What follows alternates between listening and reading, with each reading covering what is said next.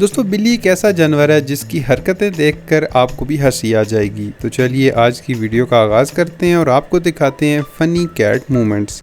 मगर उससे पहले आप मेरे चैनल टॉप 5 वीडियोस वर्ल्ड को सब्सक्राइब करना बिल्कुल मत भूलिएगा।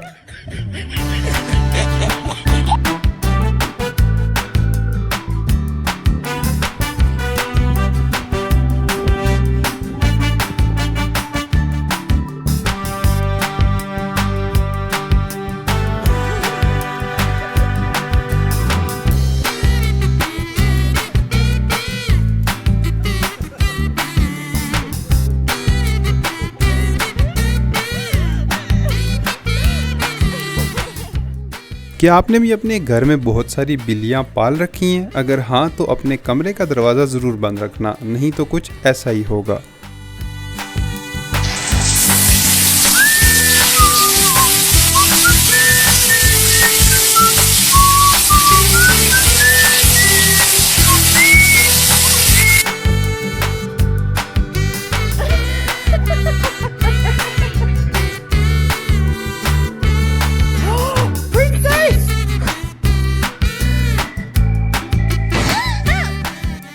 ये रही दोस्तों एक एजुकेटेड बिल्ली जो कि आपके ऑफिस के काम में आपकी हेल्प आउट कर सकती है। इस बिल्ली के लिए एक लाइक तो बनता है।